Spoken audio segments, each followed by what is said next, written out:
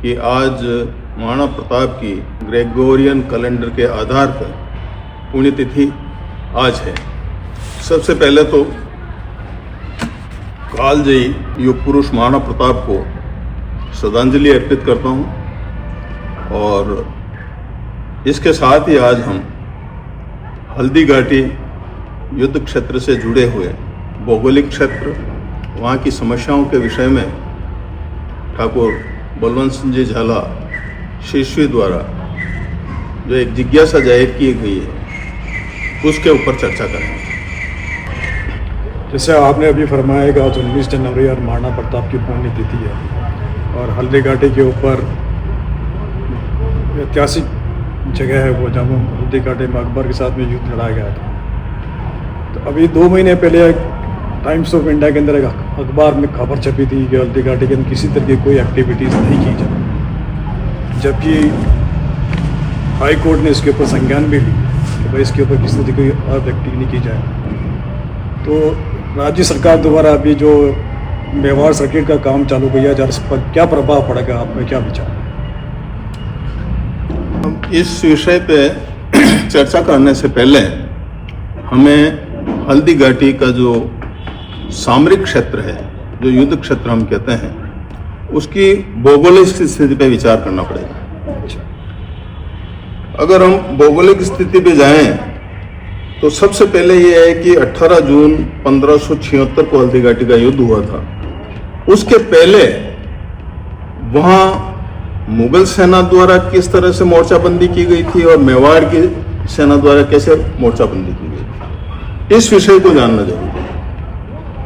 इस विषय को जानने के लिए सबसे पहले हम देखते हैं तो महाराणा प्रताप के नेतृत्व में मेवाड़ की सेना का जो सैन्य शिविर था वो लोसिंग में था, क्योंकि वहाँ लोसिंग का तालाब भी है पास में, तो सैन्य शिविर जहाँ होता पानी की आवश्यकता होती है। दूसरी तरफ मुगल सेना का कैंप जो शिविर लगा हुआ था वो आमेर के कुंवर मान सिंह और आसिफ खां के नेतृत्व में बनास रिवर के उत्तरी छोर पे मोलेला ग्राम में लगा हुआ था।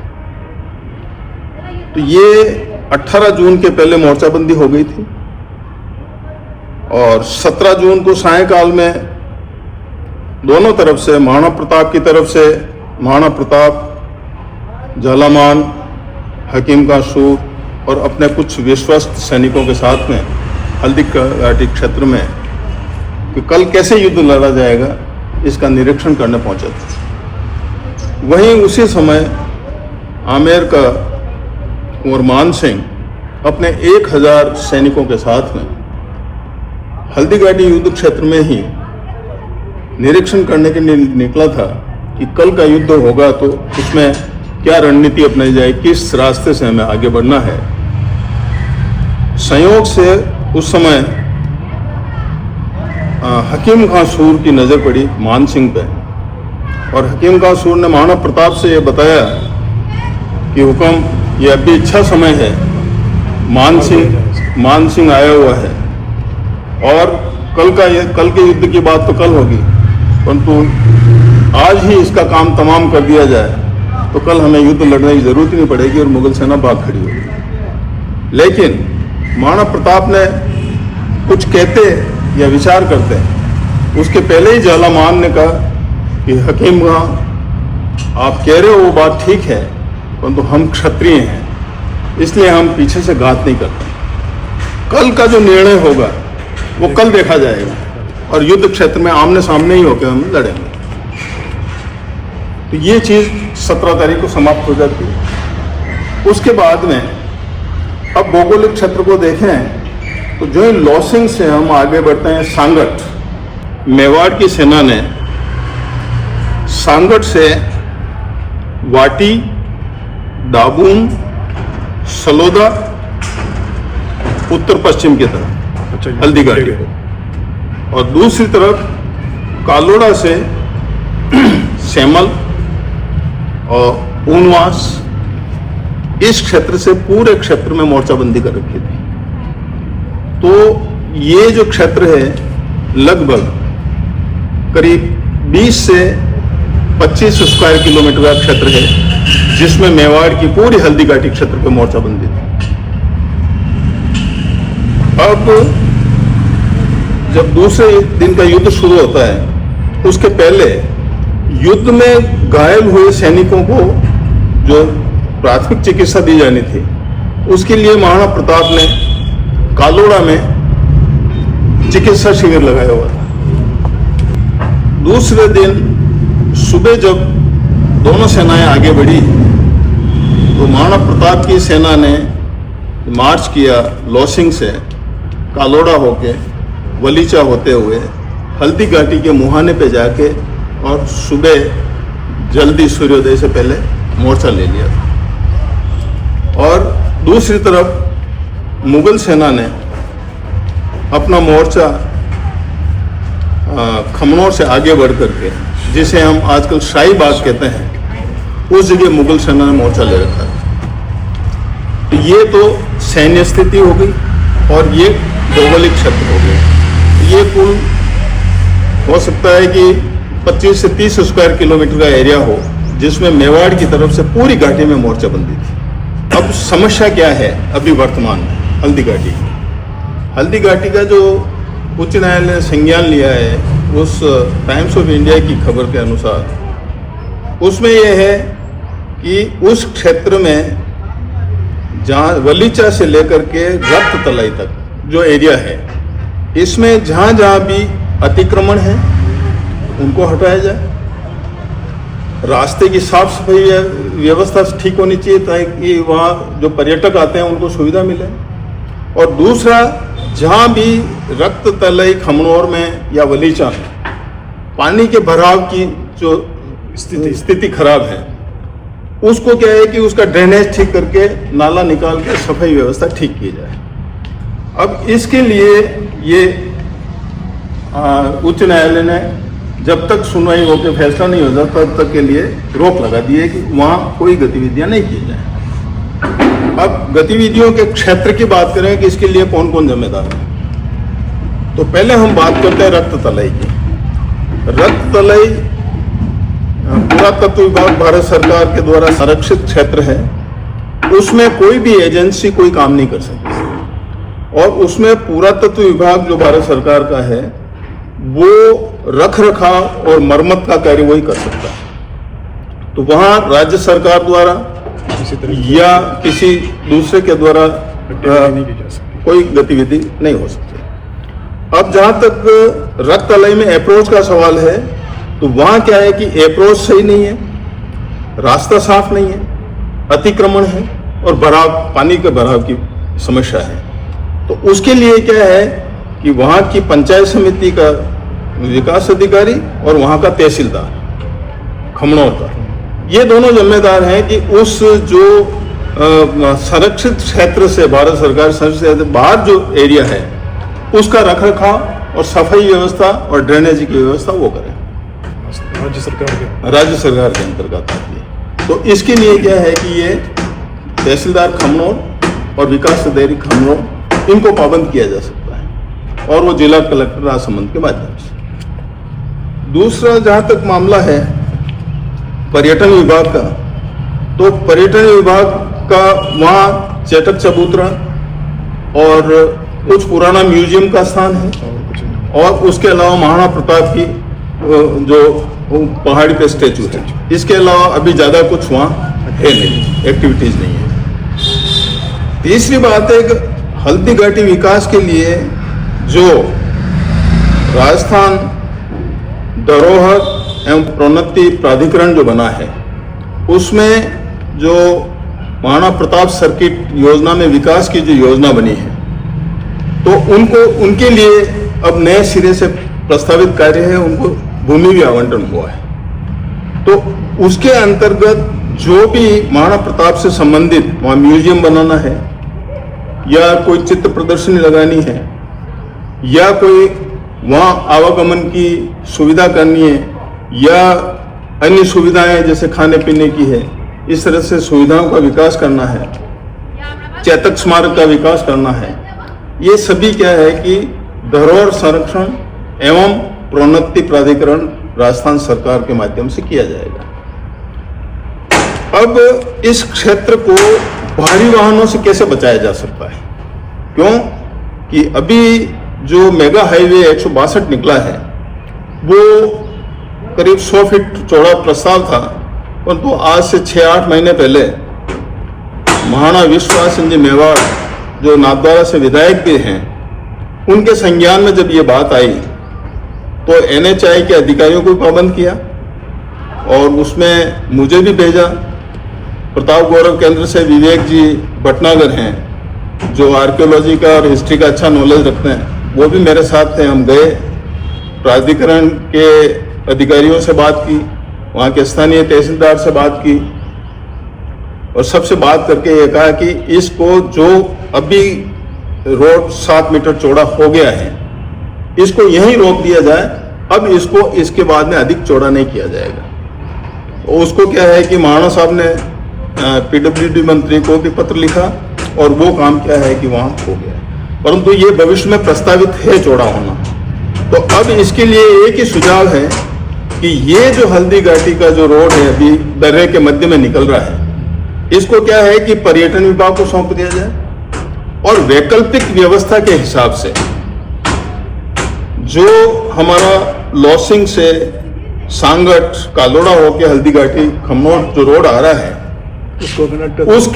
उसके दोनों तरफ घाटी को पूरा जो 25-30 स्क्वायर किलोमीटर की घाटी है इसको छोड़ के एक सांगट से वाटी होते हुए सलोदा होते हुए खमनोर रोड निकाल दिया जाए भारी वाहनों के लिए, और दूसरा कालोड़ा से सेमल और उनवास होते हुए ऊपरली वार्डन के लिए रोड निकाल दिया जाए, ताकि क्या है कि पूरा जो ये 25 से 30 स्क्वायर किलोमीटर का जो हल्दी घाटी का जो सामरिक क्षेत्र है ये पूरा संरक्षित हो जाएगा।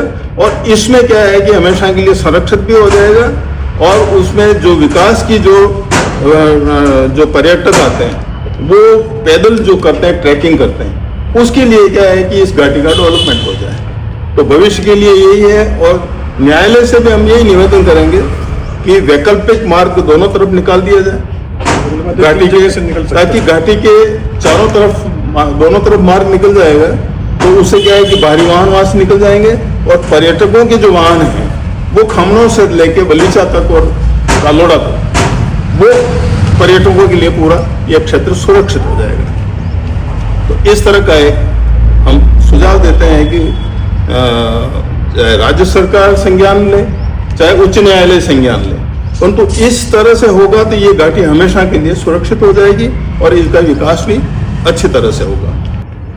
अपने मेवाड़ के इतिहास में ये बताया गया था कि महाराणा प्रताप जो हल्दी घाटी के युद्ध के अंदर घायल हो गए थे तो वो अपने घोड़े द्वारा वहाँ से निकाले गए थे जलामान के द्वारा, और उन्होंने अपना कवच धारण करके और महाराणा प्रताप की जगह लड़ाई लड़ी थी। तो वो जब घोड़ा लेके निकले थे तो हल्दी घाटी के बताया जाता है कि वो एक दर्रे को और घोड़े ने कूद के और महाराणा प्रताप को बचाया। बेसिकली वो दर्रा है किस जगह, क्योंकि अभी भी जो टूरिस्ट वहाँ जाते हैं उनको कन्फ्यूजन होता है, भ्रम पैदा होता है। इसमें ऐसा है कि हल्दी घाटी का जो दर्रा जो स्टार्ट होता है वास्तव में तो जब कालोड़ा से हम आगे बढ़ते हैं बलीचा की तरफ तो कालोड़ा से ही हल्दी घाटी के पहाड़ियों का ढलान शुरू हो जाता है और उसी ढलान में नाला चलता है और जब बलीचा से चलता है जहां अभी वर्तमान में चटक चबूतरा बना हुआ है उसके साइड में भी हम नीचे देखेंगे तो नाला बना हुआ है। आगे जो भी वर्तमान में रोड निकला हुआ है उसी नाले में निकला हुआ है। उस नाले में रोड निकलते हुए जब हम खोड़ी आमली के पास आते हैं जहां चेटक ने नाला कूदा था और वहां उसके प्राण पखेरु उड़ गए थे, उसको उस क्षेत्र को कहते हैं खोड़ी आमली। खोड़ी आमली पे हम देखेंगे तो वहां क्या है कि एक पूरब की तरफ से पहाड़ियों से नाला बहता हुआ आ रहा है और खोड़ी आमली से होकर नीचे निकल रहा है और वहां क्या है कि एक कलवर्ट बना हुआ है जहां खोड़ी आमली से जो पूरब की तरफ एक घुमावदार रोड जो जा रहा है उस घुमाव में कलवर्ट बना हुआ है और पास में फॉरेस्ट की नर्सरी बनी हुई है, ठीक है।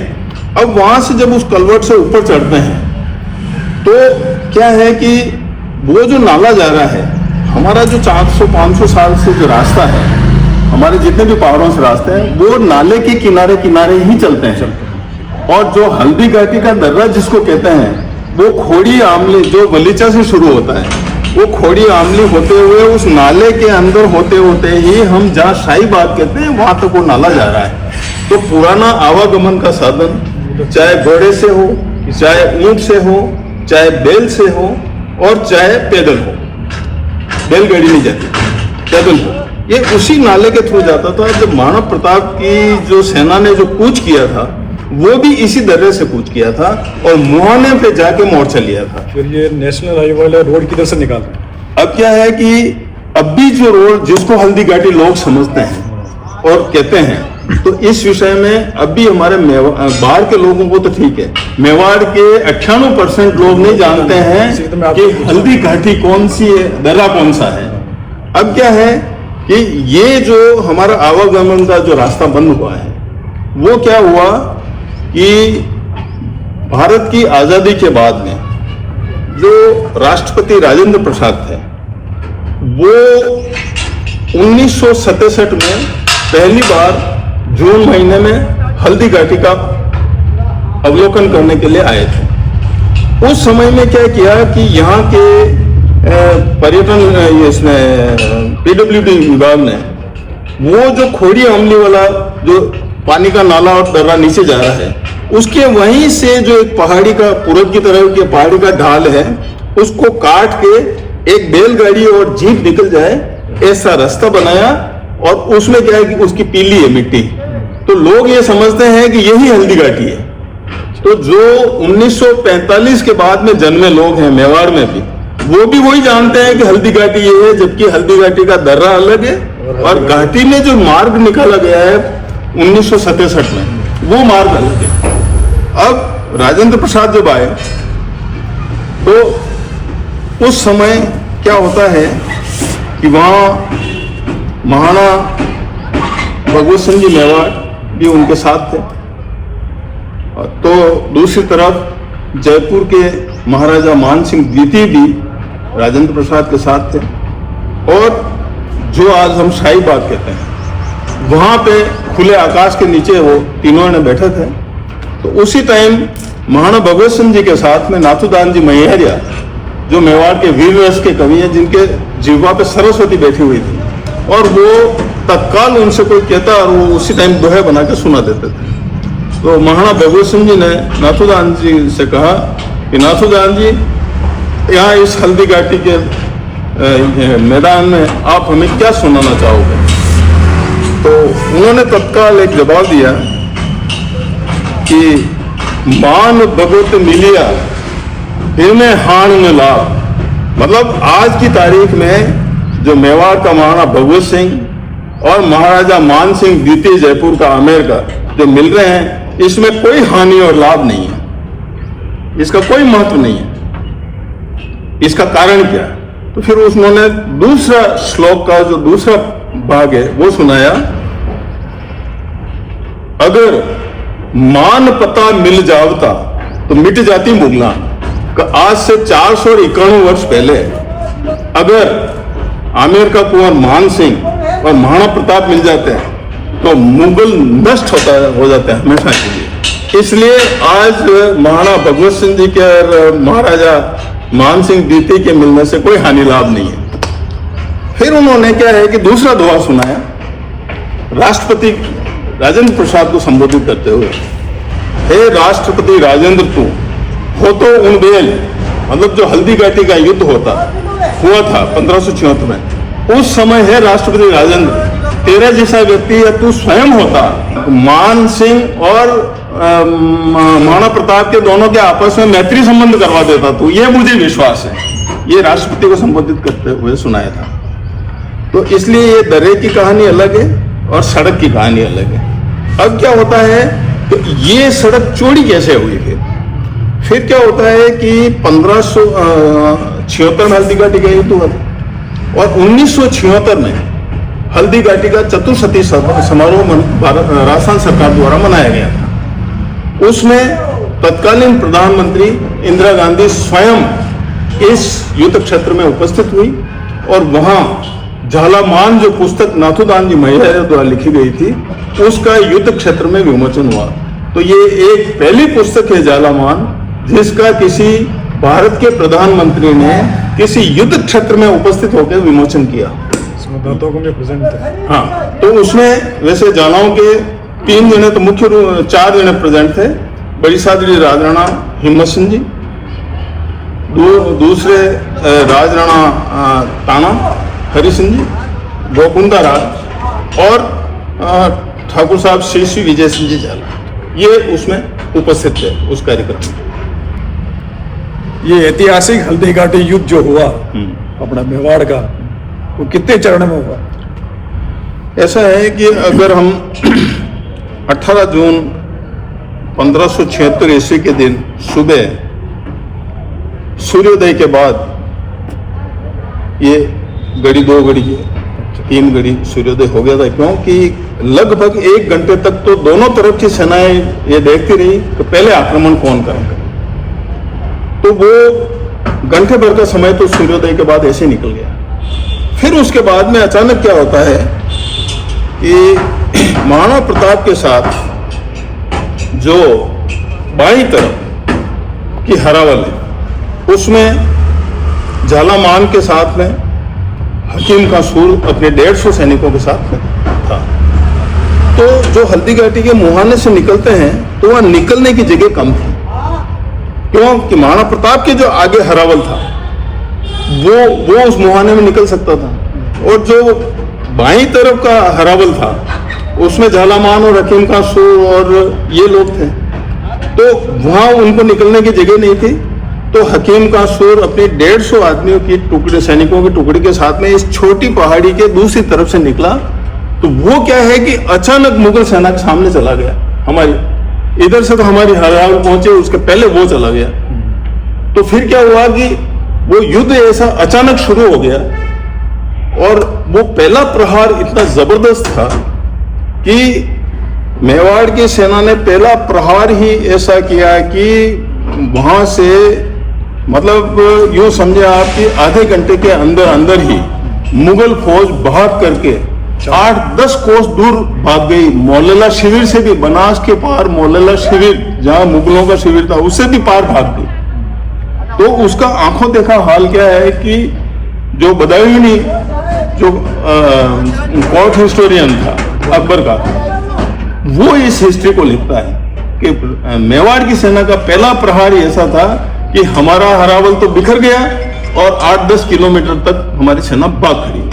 तो उस टाइम भागते हुए सेना की जब पीछा कर रहे थे, तो पीछा करते करते हल्दी घाटी मुहाना से आज के समय में जो खमनौर के पास में थाना बना हुआ है, जो करीब 2-2.5 किलोमीटर दूर है, तो भागते हुए पूरी मुगल फौज भागी जुद भागी, पर जो लड़ते लड़ते भागे वो भी 2-2.5 किलोमीटर तक उस थाने के क्षेत्र तक भाग गए। फिर उसके बाद में वापस मोर्चा लेते हैं। फिर वहां क्या है कि जो आमने सामने के युद्ध के साथ हाथियों की लड़ाई शुरू हो जाती है दूसरे चरण।